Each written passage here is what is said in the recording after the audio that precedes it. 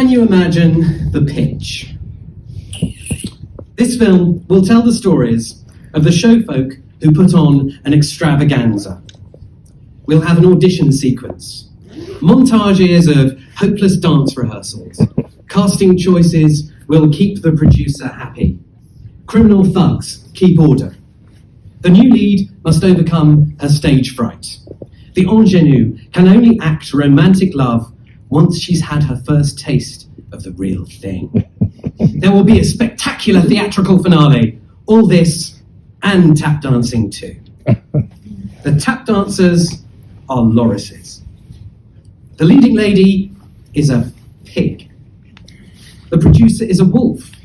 The ingenue is an elephant. The film is Sing 2, which was recently #1 in the UK cinemas. And the parallels between it and 42nd Street show that the Backstage musical is alive and well. Let's go back 90 years. Warner Brothers had launched the era of the sound musical with the groundbreaking Backstage story, The Jazz Singer, in 1927. But just 5 years later, musicals had become box office poison. A glut of too many, too badly made film musicals had led to audience apathy. Warner's had become associated with films which were gritty, urban, and cynical, which was at odds with the tone of a musical. Musicals were expensive, and as Warner's was facing losses of $14 million as a result of its investment in sound technology and the impact of the Wall Street crash, musicals were not a high priority. In 1932, MGM had had a major hit with the straight drama Grand Hotel, which featured a large cast and multiple interweaving plots. And Warner's head of production, Darryl Zanuck, was looking for a similar property. Now, the Warner's story department heard of a book being written by a 27-year-old called Bradford Ropes, and the book was 42nd Street. It was to be a satirical, witty, and gritty novel based on his experiences on Broadway. And Warner's brought the rights before it was published. The book's written style prefigures hard-boiled noir fiction, and it's still fresh today. You can find it on YouTube, not YouTube, you can download it on the internet. It's really, really good. I can thoroughly recommend reading it. In adapting the book for the screen, the caustic satire was retained, yet the mood was lightened. The scriptwriters cut out references to abortions, to Julian and Billy's homosexual partnership, to blackmail, to a death that occurs on the stage during the opening night, and Peggy knowingly accepting the position of Billy's romantic partner in order to conceal his homosexuality from the public. What the scriptwriters added was the plot point of the looming shadow of the Great Depression. Now, this is missing from the book because the novel is set a few years before the Wall Street crash happened. The film also develops Julian Marsh from being a laid-back Englishman to being a desperate, hard-driving American. Now, Zanuck explained why this decision was made, claiming that the film was to be an exposé of the methods of Florenz Ziegfeld. And contemporary audiences would have felt a topical significance given Ziegfeld's recent death. Zanuck made a gamble. If no other studios were making musicals, then he would. Zanuck teamed composer Harry Warren and lyricist Al Jubin for the first time.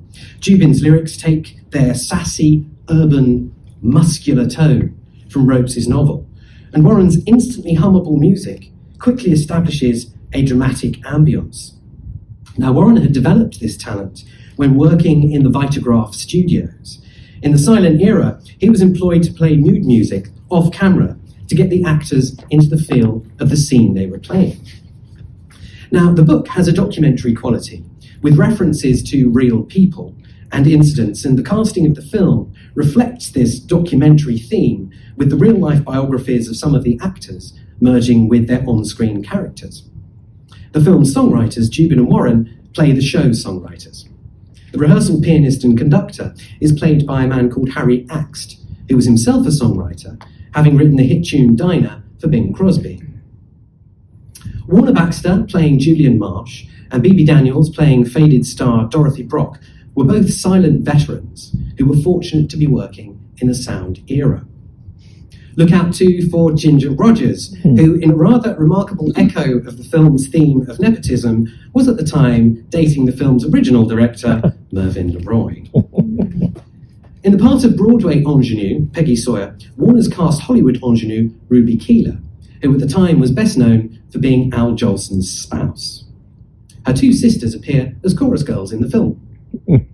During filming, Keeler would follow the director around, nervously, on set, asking how she was doing, and he wouldn't let her see the rushes.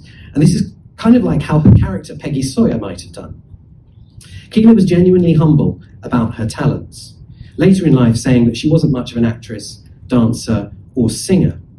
And I think she works so well in this part because her acting, dancing, and singing is exactly the right level to portray a chorus girl doing her best with limited rehearsal. Now, if you're familiar with the Fred Astaire, Eleanor Powell, and Miller school of tap dancing, I should point out that Keeler's dance style is from a different tradition, which is more aligned with Lancashire clog. So there's no metal taps on the shoes, only a heavy wooden sole. And the shoes and the tap routine in the finale were both her own. By the way, notice how the costume designer expresses the character's innocence through puffed sleeves, which seem to get bigger as the film goes on.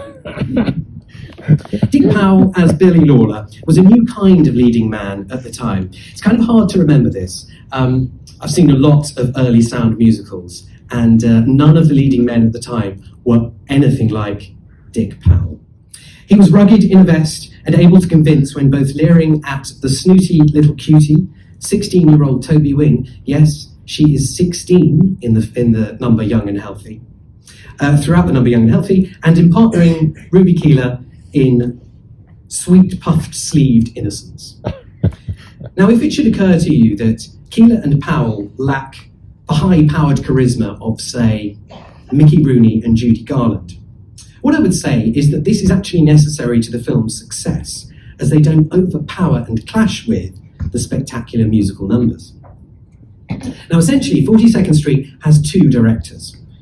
Zanuck later claimed that he didn't tell Warners he was making a musical, and that the two units, one working on the dialogue sequences under Lloyd Bacon, and one on the production numbers under Busby Berkeley, and by the way, team, it's Berkeley, not Berkeley, were making different films.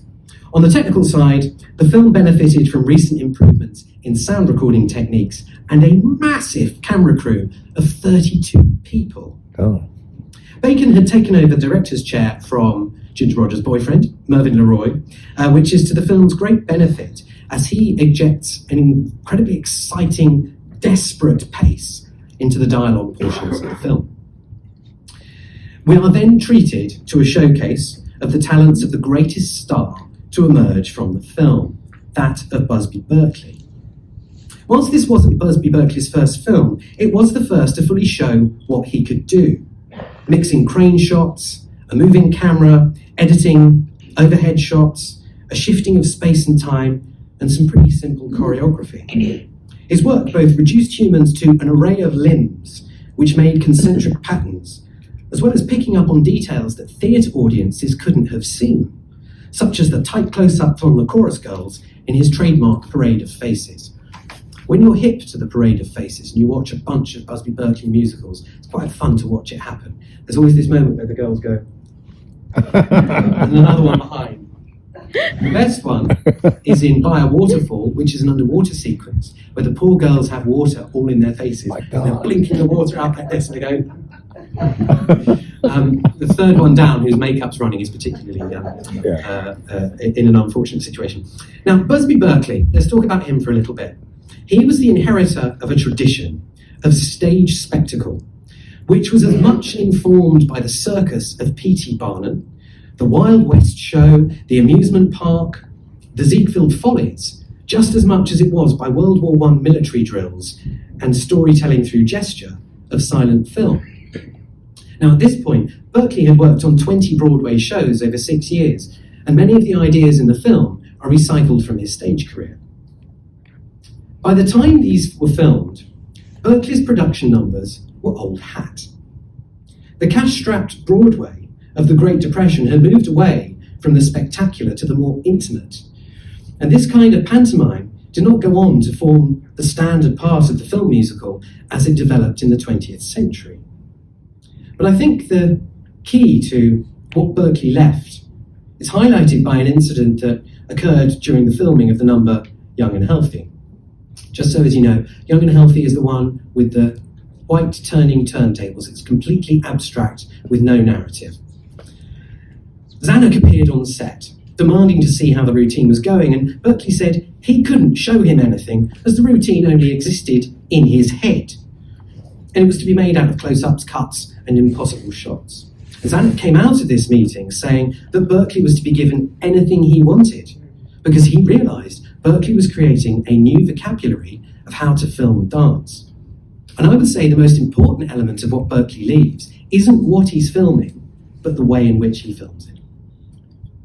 For the finale, the number 42nd Street itself, Berkeley was tasked with trying to come up with something that would draw the film to a conclusion, as well as topping everything else that had been achieved in the picture, and filming was behind schedule.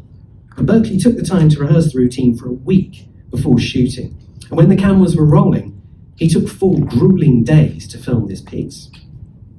Warner's prepared a huge publicity circus around this film, including chartering a train, the 42nd Street Express, full of Warner's stars, to go from Santa Fe to Washington, and it was timed to arrive for the inauguration of Franklin D. Roosevelt. It was the 3rd highest successful film of 1933, taking $2.3 million at the box office from a budget of $450,000. Berkeley, Keeler and Powell were subsequently signed up to 7-year contracts, with Keeler and Powell making a further 6 films together.